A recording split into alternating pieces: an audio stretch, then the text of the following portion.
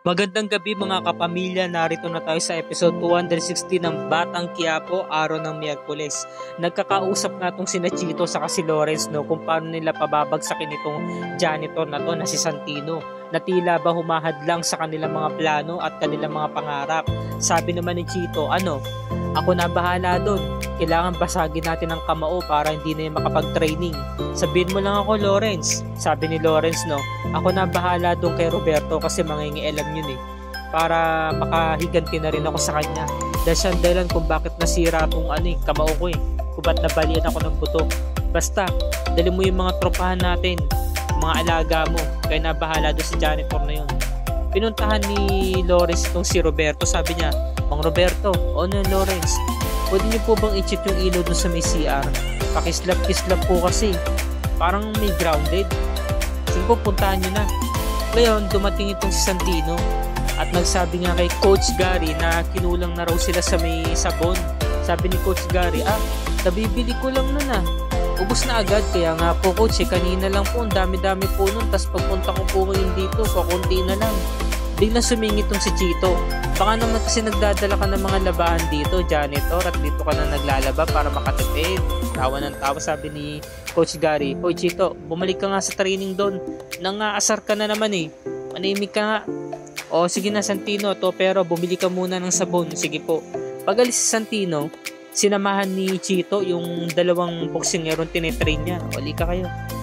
Ngayon, pagpasok ni Roberto, sinarhan siya ng pintuan ni Lawrence, nilak yung pinto.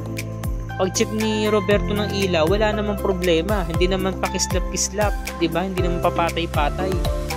Ngayon, nung pagbukas na ni Roberto, sabi niya, Lawrence, wala namang problema eh. Nakalak na yung pintuan. Teka lang, ba't nakalak to? Lawrence, buksan mo to. Ngayon, buti na lang yung isang coach, biglang nakaramdam ng naiihi siya at bigla siya mag-CR. At nakita niya na nakakulong nga itong si Roberto sa loob ng CR. Sabi niya, sino to nasa loob? Ako to, si Roberto. O sige, saglit lang, kuha ko ng susi. Nung pagbukas niya ng pintuan, sabi niya, sino nag-lock sa'yo nito? Sabi ni Roberto, si Lawrence nga daw. Kinahanap-hanap niya si Lawrence. Kaya may atraso sa kanya. Bigla siyang nilock sa loob ng CR. Ngayon, pabalik na nga itong si Santino galing tindahan at nakabili na nga ng sabon. Pagdating niya sa may hagdanan pa lang ng gym, paakyat, hinarang na siya ng dalawang amateur na boksingero na nagtetrain. Sino kayo? Sino nagpadala sa inyo dito? Bigla lumabas si Chito at may daladalang baseball bat na bakal. Janitor? Ano ba problema nyo Sino ba nagpadala sa inyo dito? Si Lawrence ba? Alam mo, ang problema namin, ikaw. Kaya hindi kami titigil hanggat hindi nababasag yung kamao mo. Kung ano nangyari kay Lawrence, yun din ang gagawin namin. Buti na lang talaga nakailag agad si Santino. Kahit natamaan siya ng nasikmuraan siya ng baseball bat sa may tiyan. Buti nakailag siya nasipa niya si Chito. Tumba yung dalawang amateur na boksingero, pati si Chito bugbog sarado, duguan na sino nag-utos sa'yo? Kundi babali yung daliri sa kamay niya Napasalita na rin si Chito, si Lawrence. Kaya nangyari, sumugod agad si Santino, umakyat agad ng gym.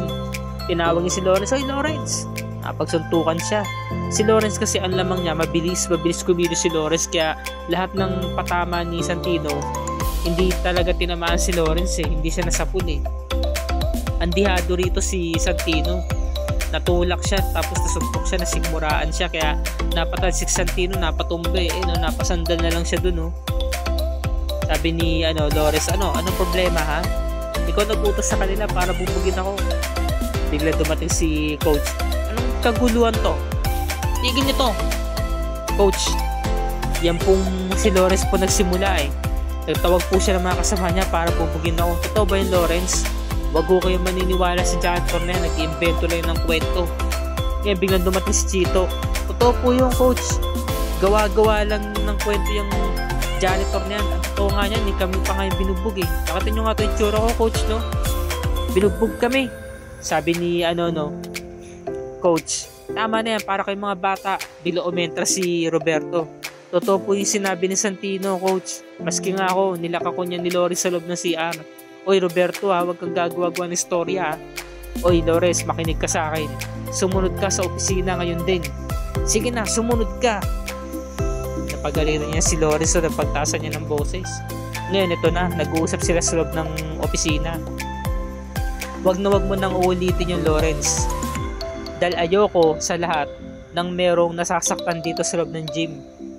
Pwede ba coach, wag mo na nga siyang ipagtanggol. Wala akong pinagtatanggol sa inyo. Mabuti pa, atupagin mo ang training mo. Dahil meron kang laban. Kayong dalawa, ni Santino ang ilalaban ko sa isang exclusive hotel. Dahil meron dong isang sports analyst nga daw na sa boxing na nakapanood ng laban ni Santino at humanga ito. Kaya kinontak daw siya at gusto daw itong lumaban para sa panibagong tournament.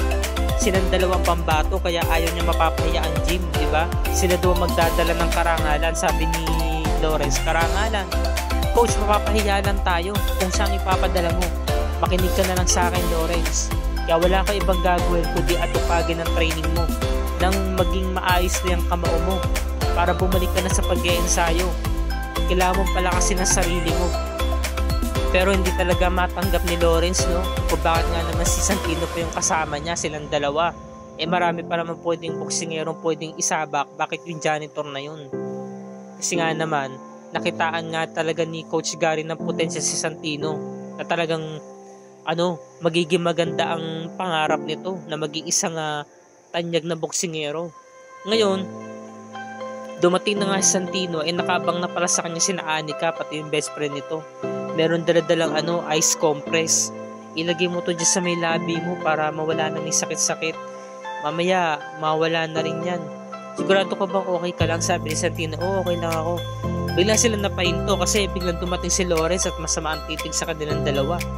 Dahil nga napagalitan at nalaman din niya yung balita na silang dalawa yung isasabak para sa panibagong tournament. Ngayon, lumabas itong si Coach Gary, bumaba ng hagdanan at tinawag Santino. Santino!